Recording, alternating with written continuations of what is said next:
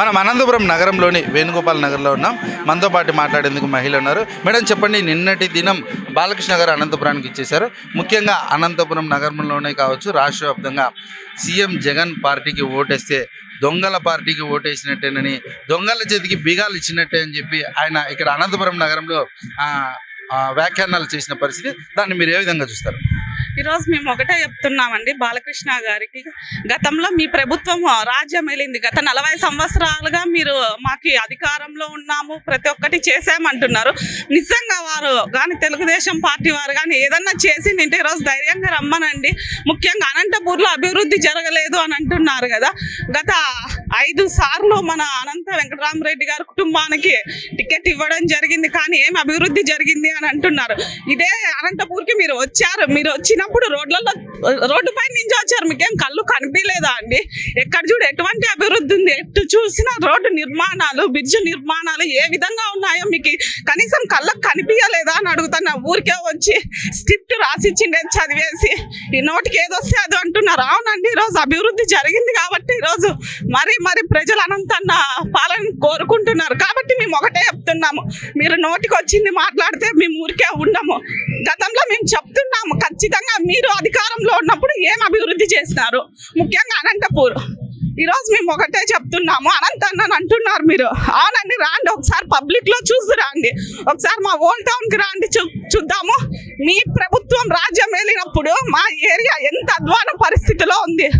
ఈరోజు మేము ఒకటే చెప్తున్నాం, మా పాతూరికి రాండి. మీరు ఊరికే ఎక్కడ రోడ్ల మీద మైకులు పెట్టుకొని మాట్లాడేది కాదు.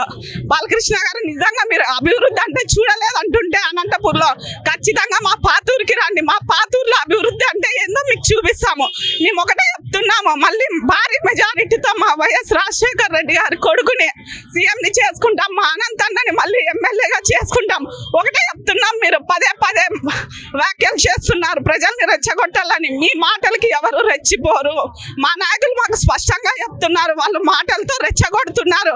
ఎవరే కానీ రెచ్చిపోకోకుండా, గలాట్లు లేకోకుండా ఉండండి. మనం నిదానమే ఉండాలా, మనకి ప్రజల అండ ఉందని ఈరోజు ప్రజలు ప్రతి ఒక్కరు చెప్పడం జరిగింది. కాబట్టి మేము ఒకటే కోరుతున్నాము, మీకు నోటికి వచ్చినట్లు మాట్లాడితే ఎవ్వరు మీ మాటలు విని దాన్ని కనీసం చెవులకు కూడా వేసుకోరు. మీరు ఊరికే మాట్లాడుతున్నారు మైక్ ఉందనో లేదా ఇంకొకటి అని.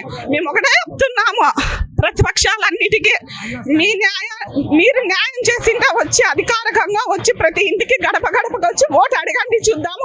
ఎక్కడ మీటింగ్ పెట్టుకొని మైక్ ఉంది కదా అని మా అనంతన్నని అంత ఇది మీకు లేదు. మేము ఒకటే చెప్తున్నాము, ఈసారి మా అనంతన్నని భారీ మెజారిటీతో గెలిపించి మీకు అనంతపురం అంటే ఏంటో చూపిస్తాము. నిన్నటి దినం బాలకృష్ణ గారు అనంతపురానికి వచ్చారు. బాలకృష్ణ జగన్ పార్టీకి ఓటేస్తే మీరు దొంగల చేతికి బిగాలు ఇచ్చినట్లే అని చెప్పి ఆయన చెప్పిన పరిస్థితి. దాన్ని మీరు ఏ విధంగా చూస్తారు? ఈ రోజు రాష్ట్రంలో జరుగుతున్నటువంటి నీచమైన రాజకీయాలు చంద్రబాబు నాయుడు గారు చేస్తున్నారు. మా జగన్మోహన్ రెడ్డి గారి మీద రాళ్లతో దాడి చేసిండేదే కాకుండా వాళ్ళకి ఇష్టానుసారంగా మాట్లాడుతున్నారు. మాకు అంత అవసరం ఏముందండి? మా జగన్మోహన్ రెడ్డి గారికి మా మీద మేమే రాళ్ళు వేసుకొని రాజకీయాలు చేసిన అంత అవసరం అయితే లేదు. ప్రజలకు ప్రతి ఒక్కరికి సంక్షేమం, అభివృద్ధి అన్ని అందించిన తర్వాతనే ఓట్ల కోసం మీకు మేము న్యాయం చేసింటేనే ఓటేయండి అని అడిగే దమ్మున నాయకుడైనా ఎవరైనా ఉన్నారంటే అది మా ముఖ్యమంత్రి జగన్మోహన్ రెడ్డి గారే.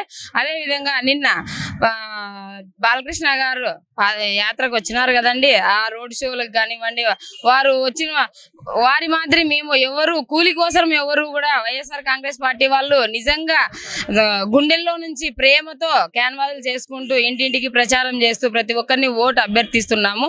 200-300 కూలికి ఇచ్చి ఎవరినో జనాలు దోలుకొని పోయి మేము సభలు సమావేశాలు సక్సెస్ చేసుకోవాల్సినంత అవసరం మాకు లేదు.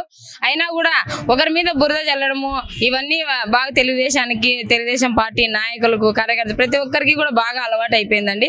అలా మా వైఎస్ఆర్ కాంగ్రెస్ పార్టీలో అలా లేదండి. నిక్కచ్చిగా ప్రతి ఒక్కరము ముందుండి ఓటుతో బుద్ధి చెప్తామని కూడా మేము తెలుగుదేశం పార్టీ వాళ్ళకందరికీ కూడా తెలియజేసుకుంటున్నాము. అనంతపురం నగరంలో నిన్నటి దినం బాలకృష్ణ వచ్చేసారు. అందులో భాగంగా బాలకృష్ణ గారు చేసిన వ్యాఖ్యలపై అనంతపురం నగరం మహిళలు తీవ్ర స్థాయిలో మండిపడుతున్నారు. అనంతపురం నగరంలోనే కాకుండా రాష్ట్ర వ్యాప్తంగా మహిళలు సీఎం జగన్ పక్షాన ఉన్నారని, అత్యధిక మెజారిటీతో జగన్ ని గెలిపించుకుంటామని తెలియజేశారు. చూస్తున్నాడని అనంతపురం నుంచి కెమెరామెన్ రాఘవేంద్రతో హనుమంతో హిట్ టీవీ అనంతపురం. సమస్య లేని ఇల్లు ఉండదు, పరిష్కారం లేని సమస్య ఉండదు. బంధాలు గొప్పవి, బాధలు చిన్నవి. మీ సమస్యని మేము పరిష్కరిస్తాం. రండి, మాట్లాడుకుందాం.